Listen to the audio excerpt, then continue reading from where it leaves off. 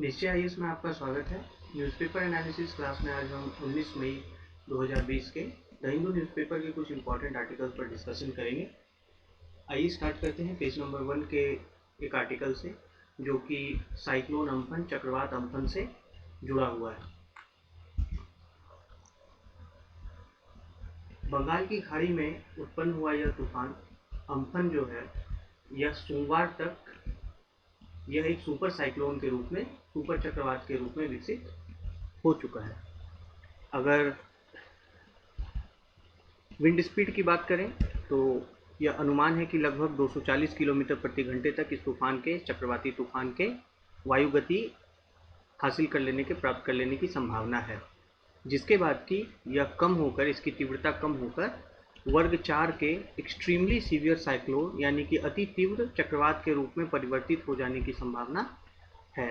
यानी यह वर्तमान में सुपर साइक्लोन, सुपर चक्रवात की तरह के वेग से आगे बढ़ रहा है और उसके बाद यह कैटेगरी 4 वर्ग 4 के अति तीव्र चक्रवात के रूप में इसकी गति फिर कम हो जाएगी, जो कि लगभग 165 से 175 किलोमीटर प्रति घंटे के आसपास रह जाएगी। अगर 1965 से 2017 के बीच की बात करें तो बंगाल की खाड़ी और अरब सागर में दोनों मिलाकर अति तीव्र चक्रवाती तूफानों की संख्या 46 दर्ज की गई है। यानी कि 1965 से 2017 के बीच में बंगाल की खाड़ी और अरब सागर दोनों को मिलाकर 46 अति तीव्र चक्रवाती तूफान दर्ज किए गए हैं, 46, जिसमें से कि आधा से ज़्यादा अक्टूबर और दिसंबर के महीने में हुए हैं। यानी अक्टूबर और दिसंबर का महीना भारत के खासकर पूर्वी तट के लिए चक्रवाती तूफानों से ज़्यादा प्रभावित होने का महीना रहा है। आगे हम मैप में भी इसको देखेंगे, परंतु यह जान लेना आवश्यक है कि अक्टूबर और दिसंबर के महीने में आधे से ज़्यादा यह चक्रवाती तूफान हुए हैं। 7 से अधिक मई के महीने में हुए हैं और 2 अप्रैल के महीने में दर्ज किए गए।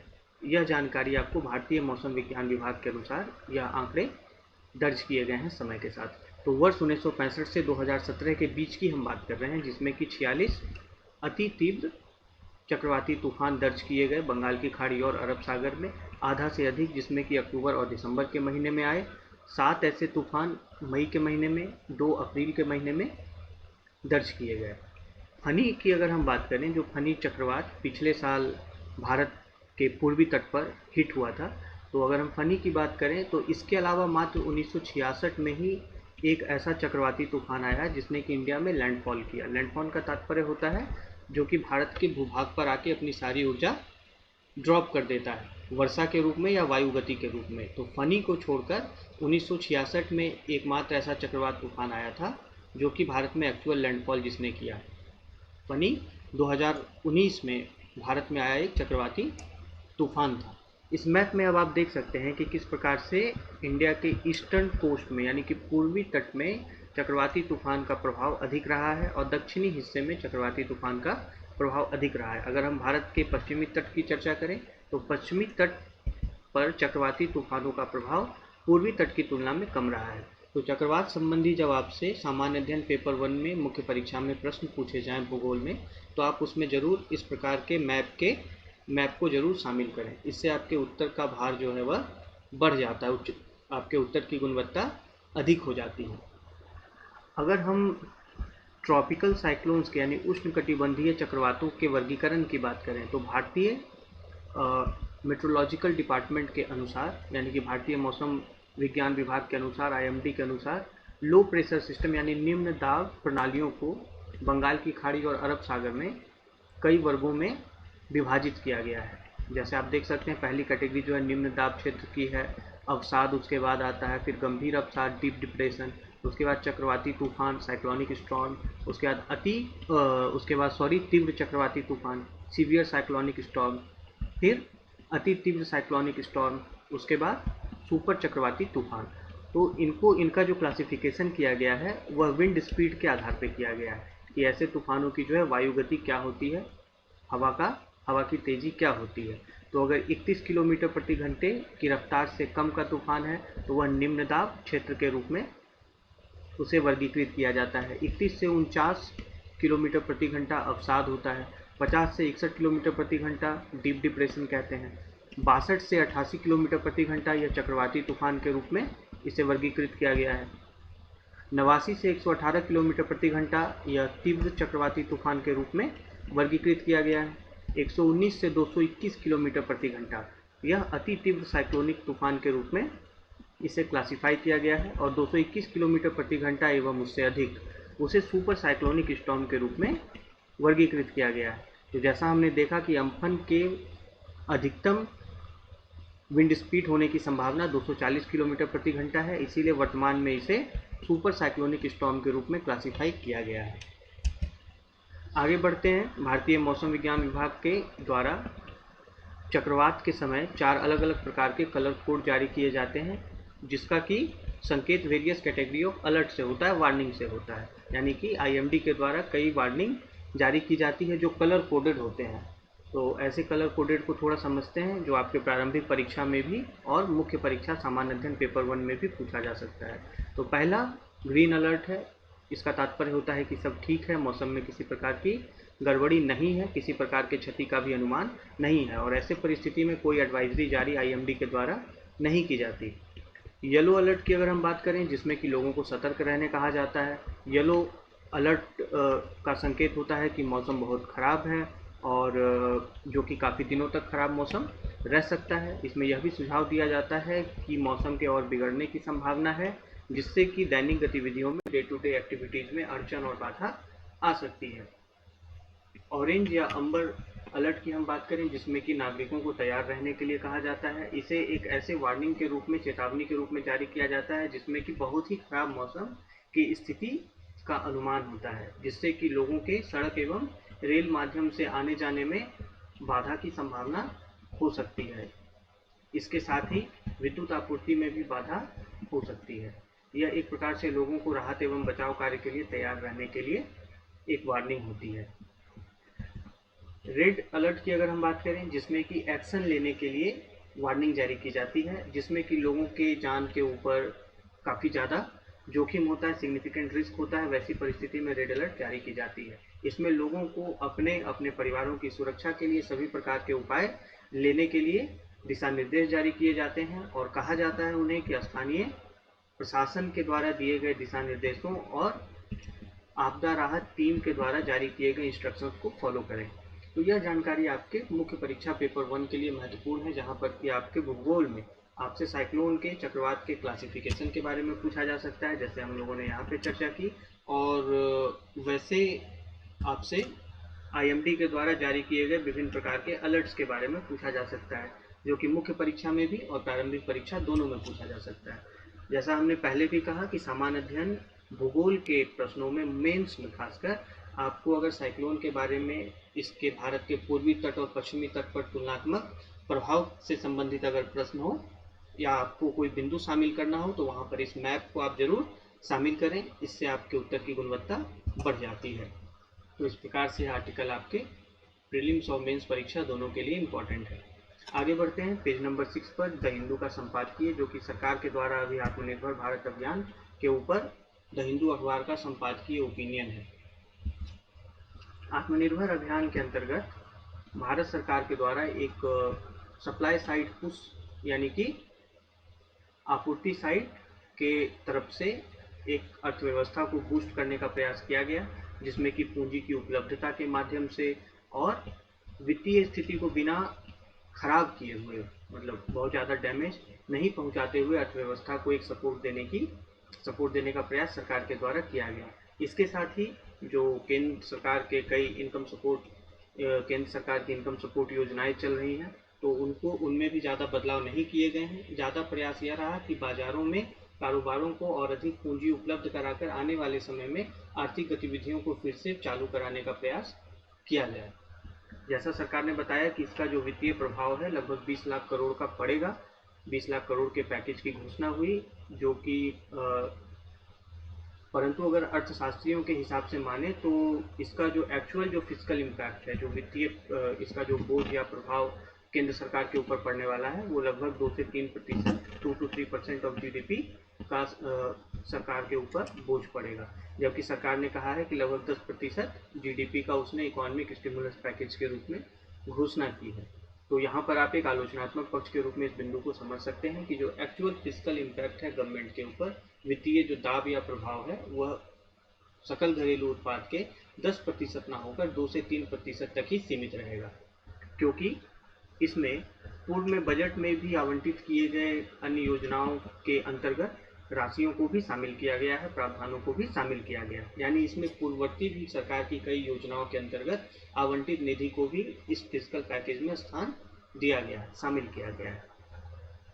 जैसा अभी हमने चर्चा किया कि मार्केट में धन की उपलब्धता, मुद्रा की उपलब्धता और अधिक सुनिश्चित कर अर्थव्यवस्था को फिर से जीर्णोद्धार करने का बल देने का एक प्रयास इस पैकेज के द्वारा किया गया है। और इसमें पिलर जो है, इस पूरे पैकेज का पिलर स्तंभ लिक्विडिटी सपोर्ट है कि हम कारोबार को किस प्रकार से लिक्विडिटी सपोर्ट बैंकों के माध्यम से ऋण उपलब्ध कराकर या सरकार के द्वारा कोलैटरल फ्री गारंटी के माध्यम से लोन उपलब्ध कराकर दे पाए। इस संपादकीय ने सरकार के पहल को जैसा समझा है कि मांग साइड का जो प्रोत्साहन है, मतलब डेफिसिट फाइनेंसिंग करके, यानी कि बाजार से ऋण लेकर सरकार के द्वारा इस विकल्प को भविष्य के लिए सुरक्षित रखा गया है। अर्थव्यवस्था में सरकारों के द्वारा दो तरह से हस्तक्षेप किए जाते हैं, या तो मांग साइड से, सप्लाई साइड से, या फिर आपूर्ति के साइड से, यानी कि सप्लाई साइड से या डिमांड साइड से। सप्लाई साइड का तात्पर्य हुआ आपूर्ति और मांग साइड का तात्पर्य हुआ डिमांड। तो डिमांड साइड स्टिमुलस के लिए, क्योंकि सरकार को डेफिसिट फाइनेंसिंग करने की आवश्यकता पड़ सकती थी, डिमांड साइड स्टिमुलस के लिए सरकार को लोगों को इनकम ट्रांसफर करना पड़ता, आय हस्तांतरित या नकदी हस्तांतरित करना पड़ता, जिसके लिए उसके राजस्वों पर बोझ पड़ता। राजस्व की कमी अभी केंद्र और राज्य सरकारों दोनों के पास है। इसके लिए उन्हें बाजार से ऋण लेने की आवश्यकता पड़ती, जो कि डेफिसिट फाइनेंसिंग की स्थिति उत्पन्न कर सकता था। तो ऐसे मांग साइड के प्रोत्साहन को डेफिसिट फाइनेंसिंग के थ्रू अर्थव्यवस्था में बल देने का जो विकल्प है, इसे सरकार ने संपादकीय के अनुसार भविष्य के लिए सुरक्षित रखा है। जबकि अभी वर्तमान में डिमांड साइड स्टिमुलस यानी कि मांग को प्रोत्साहित करने की सबसे ज़्यादा डिस्परेट आवश्यकता थी, क्योंकि लोगों को अभी हर प्रकार से, चाहे भोजन हो या अपने दैनिक जीवन के खर्च के लिए धन की आवश्यकता हो, सबसे ज़्यादा है। तो डिमांड साइड यानी कि मांग साइड में जो मांग के पक्ष पर स्टिमुलस यानी प्रोत्साहन की आवश्यकता थी, वह संपादकीय के अनुसार सबसे ज़्यादा अधिक थी। तो क्या सरकार के द्वारा किया जा सकता था? तो संपादकीय में कहा गया कि कुछ महीने के लिए जीएसटी को, यानी कि वस्तु एवं सेवा कर को निरस्त कर दिया जाता सरकार के द्वारा, या फिर इसमें अस्थायी रेट कट किए जाते, यानी कि जीएसटी का जो दर है उसको और कम किया जाता सरकार के द्वारा। अगर और इसके साथ अगर लिक्विडिटी मेजर्स लिए जाते, इसके साथ बाजार में अगर मुद्रा की और उपलब्धता कराई जाती, तो इससे जो है कंजम्पशन का, यानी कि वस्तुओं के उपयोग, वस्तुओं के उपभोग का जो है मतलब दर बढ़ जाता अर्थव्यवस्था में। और कंजम्पशन जब बढ़ता तो इसका यह तात्पर्य था कि अर्थव्यवस्था में मांग बढ़ जाती, मांग बढ़ने के कारण और अधिक आर्थिक गतिविधियों को बल मिलता, सरकार के भी राजस्व में वृद्धि होती। वही बात इसमें भी कहा गया है कि हालांकि यह सही है कि अभी सामान्य समय की तुलना में जो केंद्र का राजस्व है वह काफ़ी कम रह गया है, क्योंकि आर्थिक गतिविधियां बहुत हद तक बंद हैं। ऐसी परिस्थिति में एक वित्तीय प्रोत्साहन भी अभी के पैकेज का या आर्थिक पैकेज का हिस्सा होना चाहिए था। तो उसमें जो सुझाव संपादकीय के द्वारा दिए गए हैं, अभी हमने चर्चा की कि जीएसटी को निरस्त कुछ महीनों के लिए किया जा सकता था, या फिर इसके दरों में और ज़्यादा कमी लाई जा सकती थी, और साथ ही और अधिक मुद्रा की उपलब्धता बाजार में सुनिश्चित की जा सकती थी, जिससे कि वस्तुओं के उपभोग का, कंजम्पशन का की प्रवृत्ति बढ़ती, मांग बढ़ती बाजार में।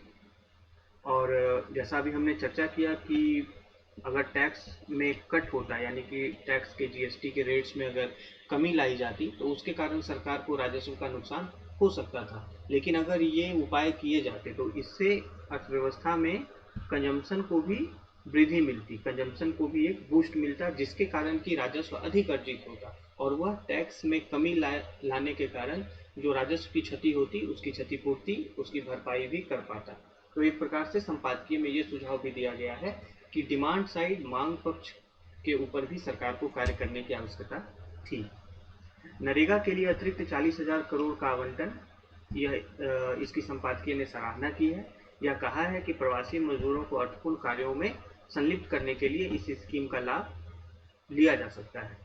अगर हम राज्यों के एक बहुत पुराने मांग की बात करें तो वो वह कह रहे थे कि उनके लिए जो बोरोइंग लिमिट है यानी ऋण लेने की सीमा है उसको बढ़ा दी जाए। तो उस मांग को सरकार ने मान लिया है, परंतु उसके लिए कई सुधार के भी शर्त रखे हैं। जैसा हमने कल भी चर्चा किया था कि सरकार के द्वारा जो राज्यों के लिए उनके जीएसडीपी के यानी ग्रॉस स्टेट डोमेस्टिक प्रोडक्ट के 3% से बढ़ाकर 5% उनकी बोरोइंग लिमिट कर दी गई है, लेकिन उसमें कुछ क्षेत्र में सुधार के लिए शर्त रखे गए हैं। तो राज्यों के द्वारा जब उन शर्तों को पूरा किया जाएगा तभी फिर उन्हें इस इंक्रीज्ड लिमिट के जो बढ़े हुए सीमा है उनका 75% का लाभ उन्हें वही सशर्त उन्हीं स्थितियों पे मिल पाएगा। बाकी 25% जो है इंक्रीज लिमिट का वह बिना किसी शर्त के है। तो इसकी भी सराहना जो है वह संपादकीय में की गई है। इसके अलावा सरकार के द्वारा पैकेज के अंतर्गत कुछ सुधार की घोषणा की गई, जैसे कि कृषि विपणन के क्षेत्र में एग्रीकल्चर मार्केटिंग या फिर कई ऐसे क्षेत्रों को, अर्थव्यवस्था के कई क्षेत्रों को निजी भागीदारी के लिए खोल दिया गया सरकार के द्वारा। रक्षा क्षेत्र में एफडीआई में बढ़ोतरी की गई, जैसा हमने कल भी चर्चा किया था कि ऑटोमेटिक रूट के अंतर्गत एफडीआई रक्षा क्षेत्र में डिफेंस को बढ़ाकर रक्षा क्षेत्र में एफडीआई को 49% से बढ़ाकर 74% कर दिया गया। इसका भी उल्लेख संपादकीय में किया गया है। इसके साथ ही ऑर्डिनेंस फैक्ट्री बोर्ड को कॉरपोरेट स्ट्रक्चर देने का भी सरकार के द्वारा घोषणा किया गया। यानी अन्य इस प्रकार की कई सारी घोषणाएं सरकार के द्वारा आत्मनिर्भर भारत अभियान आर्थिक प्रोत्साहन पैकेज में की गई, जो संपादकीय में भी इस चीज को एक्नॉलेज किया गया। अगर हम बात करें तो पैकेज के अंदर कई ऐसे नोटेबल फीचर्स हैं, उल्लेखनीय सरकार के पहल हैं, परंतु सभी उसमें कोरोना वायरस डिजीज 19 से रिलेटेड नहीं है। यानी कोविड-19 राहत के रूप में सारे जो है सरकार के पहल नहीं देखे जा सकते। कुछ अर्थव्यवस्था में मध्यम अवधि और दीर्घावधि सुधार के लिए संरचनात्मक भी सरकार ने सुधार कुछ क्षेत्रों में करने का प्रयास किया है। संपादकीय में एक जो कौशन की बात की गई है कि सरकार ने ऋण ना लेकर और मांग को और अधिक प्रोत्साहित करने के विकल्प को ना चुनकर एक बड़ा गैम्बल किया है, एक बड़ा साहसी कार्य या फिर जोखिम भरा कार्य किया है, एक जुआ के समान है। संपादकीय ने कहा कि यह सफल हो भी सकता है, सफल नहीं भी हो सकता है। यानी कि सप्लाई साइड पे यानी आपूर्ति के पक्ष पर हस्तक्षेप सरकार के द्वारा जो किया गया, इसकी सफलता और असफलता दोनों की संभावना है और यह एक जुए की तरह है। तो अगर सरकार की रणनीति कार्य नहीं करती है तो संपादकीय के अनुसार सरकार को भविष्य में और अधिक जटिलताओं और समस्याओं का सामना करना पड़ सकता है। तो यह आर्टिकल किस प्रकार से आवश्यक है, तो एक तो फिर से कि यह सरकार के द्वारा आपको अर्थव्यवस्था के क्षेत्र में किए गए नए पहलों की चर्चा करता है, जो आपके सामान्य अध्ययन पेपर 3 से जुड़ा हुआ है। इसके साथ ही अर्थव्यवस्था को बूस्ट देने के लिए सरकार के पास क्या क्या विकल्प होते हैं, तो वैसे प्रश्नों में आप इन बिंदुओं का उल्लेख कर सकते हैं कि सरकार के पास मांग पक्ष हो या आपूर्ति पक्ष हो, दोनों साइड से हस्तक्षेप करने का सरकार के समक्ष विकल्प होता है। और वर्तमान परिस्थिति में सरकार ने आपूर्ति पक्ष से हस्तक्षेप करने का प्रयास किया है। तो अर्थव्यवस्था के क्षेत्र में सामान्य अध्ययन पेपर 3 इसका महत्व अधिक होता है कि किस प्रकार से आप एक संतुलित व्यू किसी चीज के ऊपर, सरकारी कदम के ऊपर विकसित कर सकते हैं। आगे बढ़ते हैं, पेज नंबर 6 संपादकीय पेज पर ही भारत की राष्ट्रीय ऊर्जा सुरक्षा को लेकर एक महत्वपूर्ण आर्टिकल आया है, जो कि आपके अर्थव्यवस्था जो कि आपके सामान्य अध्ययन पेपर 3 में अवसंरचना से संबंधित है, जो कि इलेक्ट्रिसिटी इंफ्रास्ट्रक्चर का एक बहुत महत्वपूर्ण कंपोनेंट है। इसकी चर्चा करते हैं। भारत सरकार ने आर्थिक पैकेज के रूप में अभी टैरिफ पॉलिसी में भी, यानी कि ऊर्जा क्षेत्र की जो टैरिफ पॉलिसी है, जो शुल्क नीति है, उसमें भी सुधार का प्रस्ताव किया है। यह भी इकोनॉमिक स्टिमुलस पैकेज का, आर्थिक प्रोत्साहन पैकेज का एक हिस्सा था। वर्तमान में भी कई समग्र प्रस्ताव किए गए हैं, खासकर आपको विद्युत अधिनियम 2003 को संशोधित करने के, अमेंड करने के। अगर इनका क्रियान्वयन हो जाता है, अगर इन्हें लागू कर दिया जाता है, तो आर्टिकल के अनुसार यह बताया गया है कि इससे राज्यों का बिजली जैसे, यानी कि इलेक्ट्रिसिटी जैसे बहुत बुनियादी आवश्यकता पर नियंत्रण कम हो जाएगा। अगर हम बात करें इलेक्ट्रिसिटी की, तो यह जानना आवश्यक है कि इलेक्ट्रिसिटी समवर्ती सूची में आता है या कंकरेंट लिस्ट में आता है, और एक बुनियादी आवश्यकता के नाते राज्यों का इसके उत्पादन और वितरण के ऊपर नियंत्रण होना चाहिए, जैसा आर्टिकल में इंडिकेट किया गया है। और अगर इलेक्ट्रिसिटी एक्ट 2003 में जो समग्र एक व्यापक संशोधन का प्रस्ताव सरकार के द्वारा है वह लागू कर दिया जाता है तो राज्यों का नियंत्रण कम होगा, जिससे कि राज्य की विद्युत वितरण कंपनियों को नुकसान होगा, डिस्कॉम्स को, इलेक्ट्रिसिटी डिस्ट्रीब्यूशन कंपनी जिन्हें शॉर्ट में डिस्कॉम कहा जाता है, और भारत की ऊर्जा सुरक्षा को भी इससे क्षति पहुंचेगी। अगर हम राज्यों के डिस्कॉम्स की बात करें तो उनके ऊपर जो टोटल लागत लगता है उसमें ऊर्जा की खरीद का जो प्रतिशत है लगभग 80% होता है, यानी कि उनके टोटल कॉस्ट में कुल लागत का 80% हिस्सा जो है वह ऊर्जा की खरीद पे लगता है। 1990 में टू पार्ट टैरिफ पॉलिसी यानी कि द्विस्तरीय शुल्क नीति जो है वह लागू की गई थी, और अगर देखें तो इस लेख के अनुसार डिस्कॉम्स की सारी समस्याओं का जड़ ये टू पार्ट टैरिफ पॉलिसी है। इसके संबंध में कुछ बिंदु आगे लेख में बताए गए हैं, आइए उनकी चर्चा करते हैं।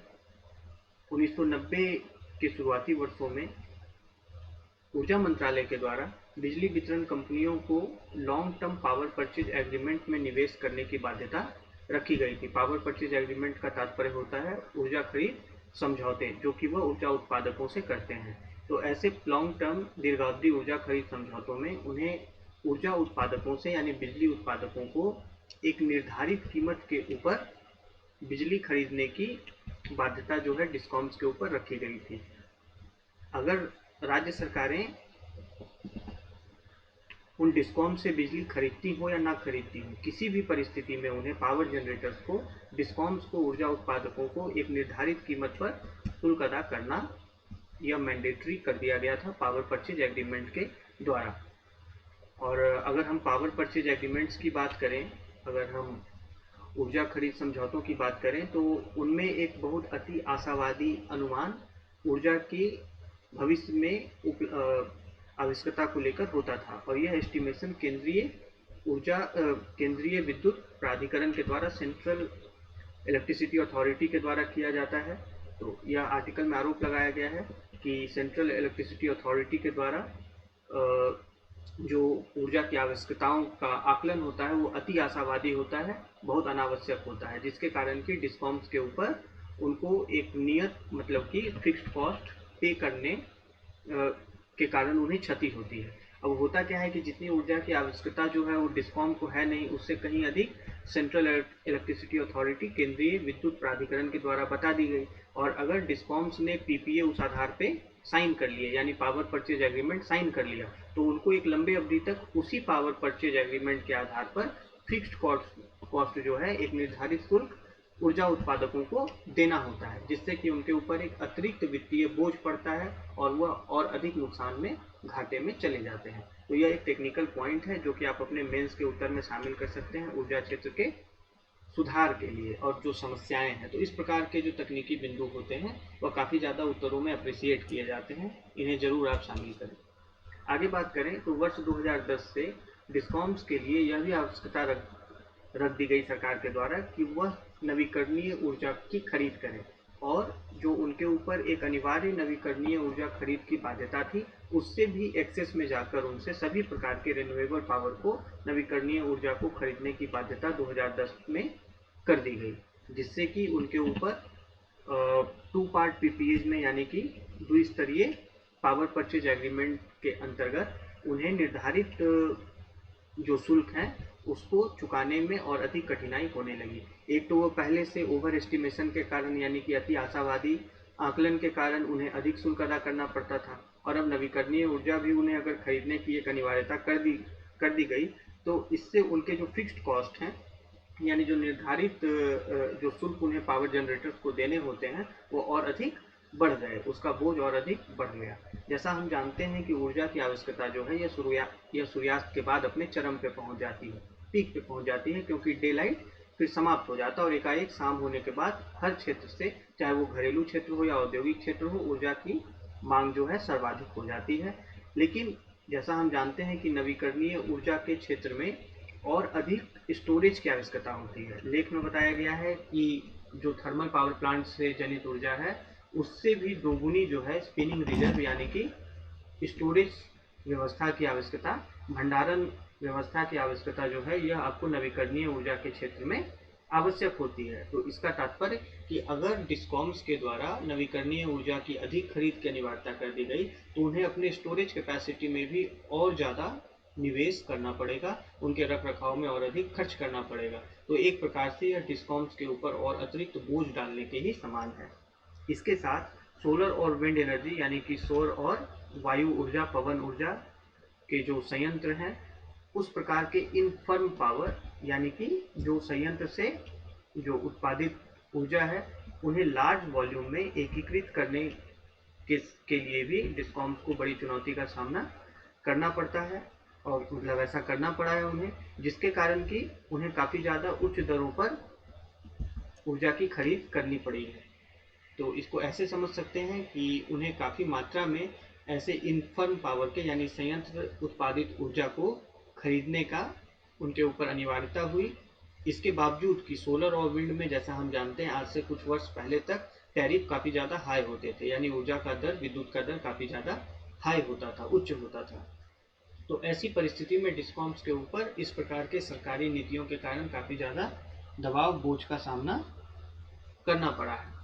2015 में हम जैसा जानते हैं कि केंद्र सरकार के द्वारा एक बहुत ही एम्बिशियस, महत्वाकांक्षी लक्ष्य रखा गया कि नवीकरणीय ऊर्जा 2022 तक 175 गीगावाट नवीकरणीय ऊर्जा का उत्पादन करने का सरकार के द्वारा एक महत्वाकांक्षी लक्ष्य रखा गया, जिसमें कि नवीकरणीय ऊर्जा उत्पादकों को कई सारे कंसेशंस दिए गए। अब इससे क्या हुआ कि डिस्कॉम्स को पहले से ही जो अनिवार्यता नवीकरणीय ऊर्जा को खरीदने की थी, तो और अत्यधिक नवीकरणीय ऊर्जा उपलब्ध होने के कारण उनके ऊपर और अधिक बाध्यता बढ़ गई, जिससे कि उनके ऊपर बोझ और भी बढ़ गया। जैसे हमने पहले चर्चा की कि ताप आधारित जो विद्युत होता है उसके स्टोरेज और उसके रिजर्व से दोगुना अधिक जो है रिक्वायरमेंट, आवश्यकता नवीकरणीय ऊर्जा के लिए होती है, और डिस्कॉम्स जितना नवीकरणीय ऊर्जा की खरीद करेंगे तो स्टोरेज के क्षेत्र में उन्हें और अधिक निवेश करने की आवश्यकता होगी और वित्तीय बोझ उनके ऊपर पड़ेगा।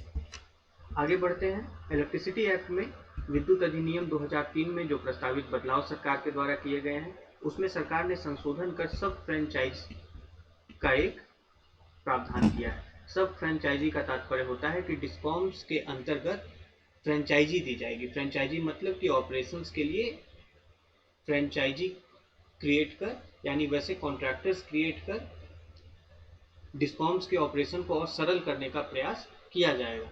परंतु इससे एक नुकसान यह है कि इन फ्रेंचाइजों के द्वारा अगर हम देखें तो डिस्कॉम की गतिविधियों में के जो लाभकारी जो सेगमेंट्स हैं, यानी जहां पर डिस्कॉम्स को लाभ होता है, तो ये फ्रेंचाइजी जो हैं वैसे ही सेगमेंट्स में ज़्यादा निवेश करने का प्रयास करेंगे, और जो लेस प्रॉफिटेबल यानी कम लाभप्रद या हानि के जो क्षेत्र हैं जिसमें कि डिस्कॉम्स की एक्टिविटीज होती है, तो वैसे क्षेत्रों में यह सब फ्रेंचाइजी निवेश नहीं करें या अपनी रुचि ना दिखाएं।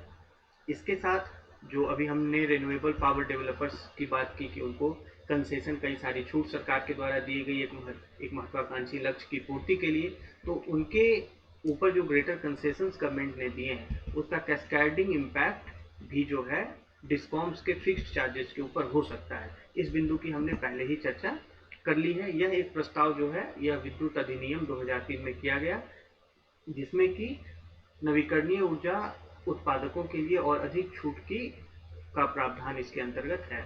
इसके साथ ही प्रति सहायता यानी क्रॉस सब्सिडी को एक ही बार में कंप्लीट रूप से समाप्त कर देने का प्रावधान भी इस अमेंडमेंट में, संशोधन में सरकार के द्वारा किया गया है। यानी कि रिटेल पावर टैरिफ में खुदरा विद्युत शुल्क में जो क्रॉस सब्सिडी दी जाती है सरकार के द्वारा, क्रॉस सब्सिडी की चर्चा हमने कल भी की थी कि अलग अलग उपभोक्ता वर्गों के लिए विद्युत का जो शुल्क का दर होता है वो अलग अलग होता है, इसे क्रॉस सब्सिडी कहते हैं।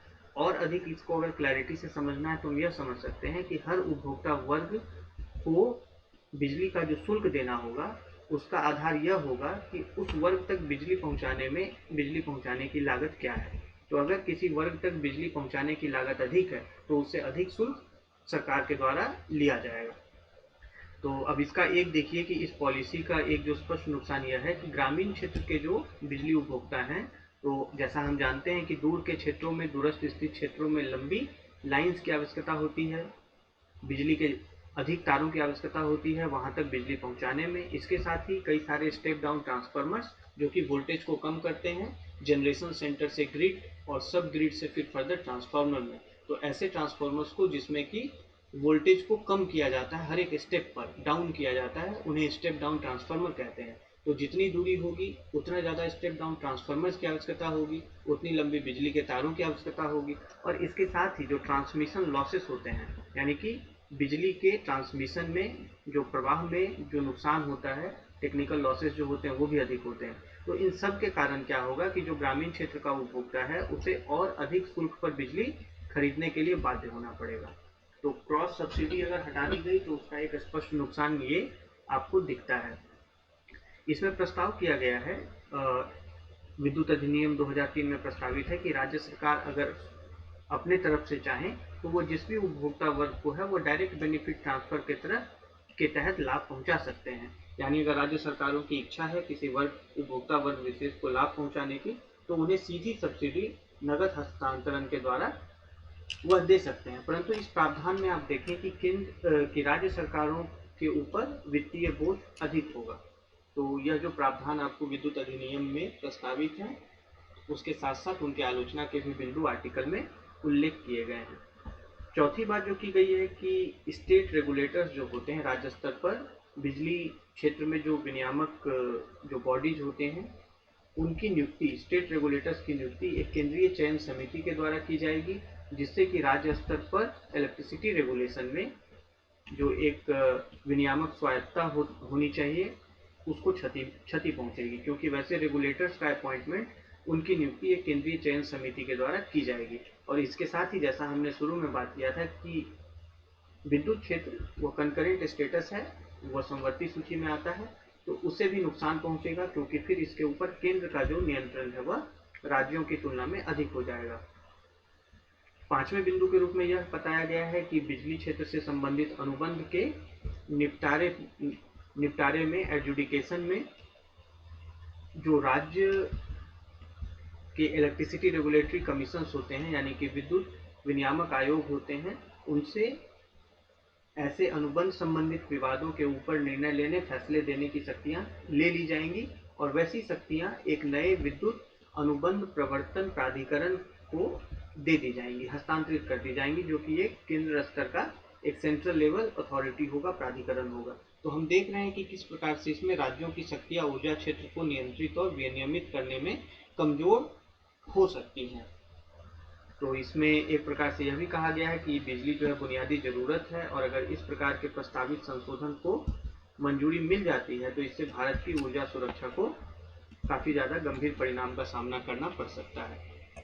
यह आर्टिकल, जैसा हमने शुरू में भी बताया, कि आपके मुख्य परीक्षा सामान्य अध्ययन पेपर 3 के लिए बहुत इंपॉर्टेंट है, जिसमें कि स्पष्ट रूप से अवसंरचना क्षेत्र में विद्युत इलेक्ट्रिसिटी एक टॉपिक है। इलेक्ट्रिसिटी क्षेत्र से संबंधित जहाँ पे आपसे प्रश्न पूछे जाएं, टैरिफ पॉलिसी की बात हो, इलेक्ट्रिसिटी एक्ट में संशोधन की बात हो, या फिर आपसे क्रॉस सब्सिडी जैसे मुद्दों के ऊपर अगर प्रश्न पूछा जाए तो आप उसमें इन बिंदुओं का स्पष्ट उल्लेख कर सकते हैं। यह ध्यान रहे कि अब संरचना के क्षेत्र में जहाँ प्रश्न पूछा जाए वहाँ पर तकनीकी बिंदुओं और शब्दावलियों का जरूर प्रयोग करें। जैसे इस केस में पावर परचेज एग्रीमेंट यानी कि ऊर्जा खरीद समझौतों की अगर बात करें, क्षेत्र विशेष से संबंधित प्राधिकरणों का जरूर उल्लेख करें, जैसे इसमें केंद्रीय विद्युत प्राधिकरण की चर्चा की गई है, या फिर जो प्रस्तावित जो रेगुलेटरी या फिर कॉन्ट्रैक्ट अथॉरिटी की चर्चा की गई है। तो इस प्रकार से जरूर चर्चा करें, यानी टेक्निकल जो फैक्ट्स हैं उसको जरूर उल्लेख करें और साथ ही आंकड़ों का भी प्रयोग अपने उत्तर में करें।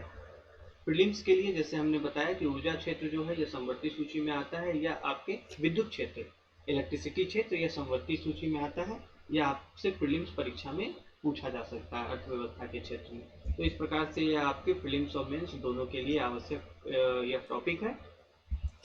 आगे बढ़ते हैं पेज नंबर 12 पर। यह नए शीत युद्ध की किसी संभावना के ऊपर एक आर्टिकल है, जिसमें कि संयुक्त राष्ट्र अमेरिका और चीन के बीच में वर्तमान संबंधों में जो खराबी आई है, संबंधों में कटुता आई है, तो क्या उसके कारण एक नए शीत युद्ध की संभावना है, इस प्रश्न को लेकर इस आर्टिकल में चर्चा की गई है। जैसा हम अभी देख पा रहे हैं कि यूनाइटेड स्टेट्स में और यूनाइटेड स्टेट्स और चीन दोनों के बीच के संबंध जो है हाल के समय में काफ़ी ज़्यादा खराब हुए हैं। यहाँ तक कि कोविड-19 महामारी को लेकर अमेरिका ने चीन से संपूर्ण तरीके से संबंध भी समाप्त कर देने की धमकी दी थी। दोनों महाशक्तियों के बीच इस प्रकार से बढ़ते तनाव को लेकर कई रक्षा क्षेत्र और सामरिक क्षेत्र के विशेषज्ञों ने एक नए शीत युद्ध को लेकर भी आशंकाएं जताई हैं। परंतु ऐसा नहीं है कि कोविड-19 से पहले इस प्रकार की तनातनी संबंधों में नहीं थी। संबंधों में गिरावट कोविड-19 से पहले भी दोनों देशों के बीच में रही है। अगर हम 2017 की बात करें तो यूनाइटेड स्टेट्स के राष्ट्रीय सुरक्षा रणनीति के अंतर्गत यूएस में कहा गया कि चाइना एक रिविजनिस्ट पावर है। रिविजनिस्ट पावर का तात्पर्य होता है एक वैसी शक्ति जो कि फिर से पूरे विश्व के ऊपर अपना वर्चस्व और अधिकार जमाना चाहती हो, पूर्व में अपने राष्ट्रीय प्रभाव को, एक राष्ट्रवादी चेतना को फिर से प्रेरित कर विश्व में अपना आधिपत्य जमाना चाहती हो। ऐसे पावर को रिविजनिस्ट पावर कहते हैं और यूएस नेशनल सिक्योरिटी स्ट्रेटजी में चीन को एक ऐसे ही रिविजनिस्ट पावर के रूप में चिन्हित किया गया है। और यह भी इसमें साथ में बताया गया है कि चीन के इस प्रकार के व्यवहार का जो लक्ष्य है वो अमेरिकी सुरक्षा और प्रॉस्पेरिटी को नुकसान पहुंचा सकता है। कोविड-19 के समय दोनों देशों के बीच में संबंध और ज़्यादा खराब हो चुके हैं। दोनों के बीच में प्रतिस्पर्धा काफ़ी ज़्यादा है। संबंधों में प्रतिस्पर्धा ही सबसे महत्वपूर्ण अभी दिखती है और दोनों पक्षों में लचीलापन और परिपक्वता का अभाव दिखता है। तो ऐसी परिस्थिति में क्या एक शीत युद्ध की संभावना होती है?